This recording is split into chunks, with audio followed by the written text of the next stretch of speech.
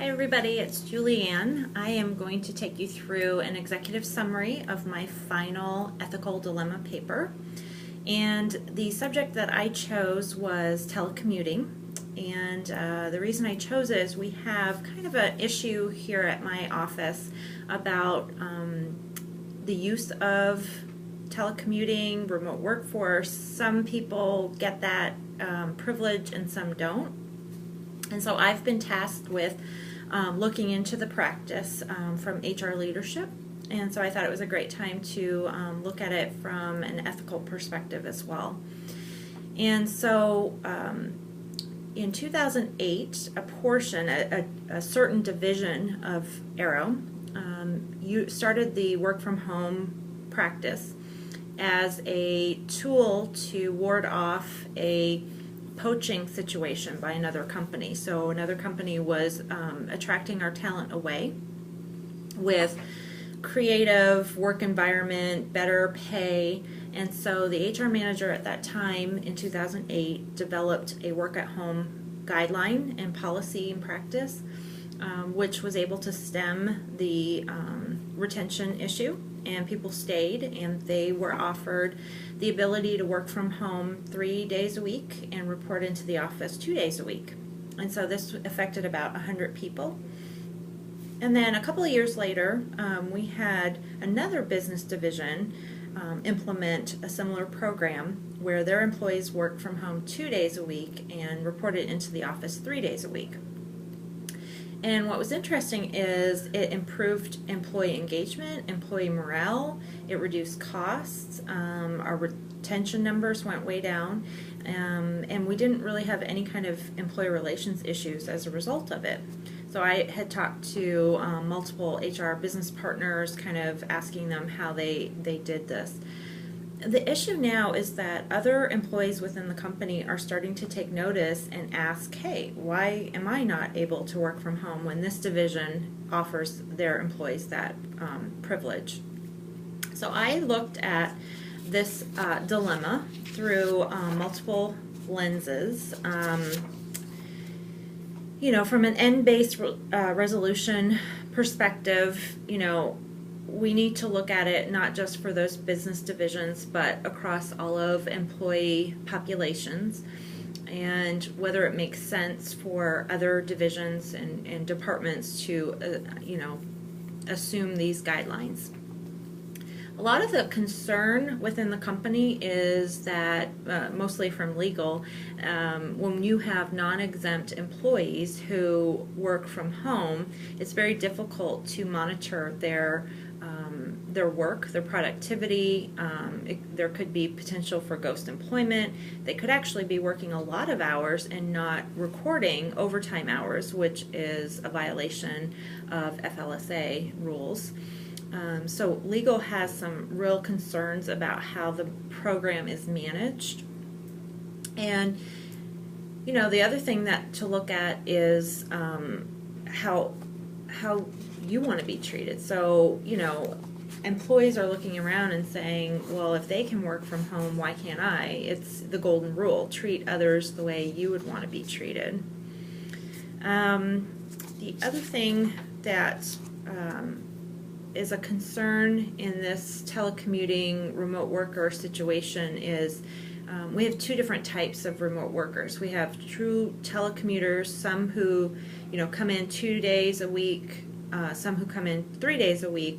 Then we also have a population of completely remote workers who don't have an office to go to, or the Arrow office is over 50 miles away from them. So there's two different types of remote workers as well that we need to be cognizant of.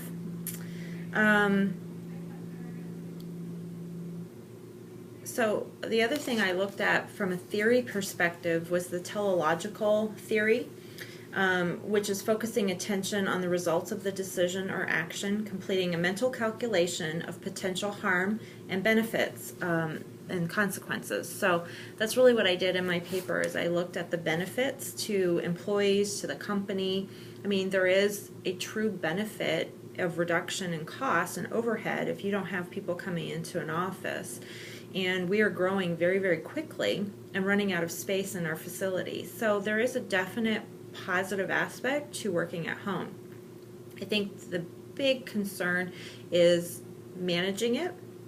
And so my paper went through and kind of talked about how we can train managers. It's really no different than managing people in the office. I mean, you really can't control. I guess you could walk around and make sure everyone's working and not surfing Facebook, but you know, you have to put in those checks and balances for at-home employees just as you do in the office. And a lot of the guidelines that employees sign when they become telecommuters, it specifies return calls. You know, you have to return calls within a certain time frame. You have to remain logged into Messenger so that everybody can see that you're working, or at least logged into the network, etc. So so I went through, the paper went through and examined all of the pros and cons, and at the end I came up with a recommendation, which I'm being asked to do for my HR leadership team, as to whether or not we should expand this program for the whole company. And at this point, you know, I really think that we should expand it and offer it to additional divisions if their leader wants it. So it's going to depend on that business, how they're structured, how strong of a management team they have. I know in my division, my leader is not a big fan of telecommuting when there is an office.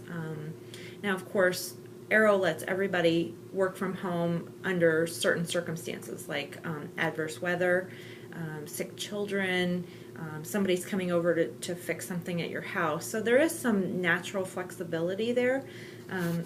But I think it's a real problem when you offer flexibility to only certain populations of your employees and not to everyone. So it's kind of an ethical dilemma that I think it's, at the end of the day, it's just not fair. If people are in the same position but different divisions, you know, we really need to assess whether or not we can expand this program so that we don't have claims of discrimination and unfair treatment. So at the end, I would make the recommendation to expand the program.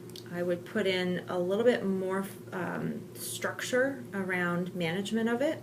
Right now, the work at home guidelines are signed by employees, and human resources at a local level just kind of file that paperwork into a drawer that's not logged, it's not tracked, it's not ever revisited. So I think there's definite opportunity to formalize the program and provide a little bit more structure. It's a little loosey-goosey at this point, so you know, I think that's also an ethical concern, that we want to make sure that there's the proper oversight and maintenance to the program. So that was my organizational ethical dilemma. I know I've seen a couple of other people's posts, and I think they have really good topics as well, but this is one that is very relevant to my work right now, and I look forward to you know, making my results public with the HR department, and actually using my paper to kind of educate them not only on the legal concerns and employee concerns and points of view, but also the ethical dilemmas involved in telecommuting and a remote workforce. So thank you very much, and I'll talk to you all later. Bye.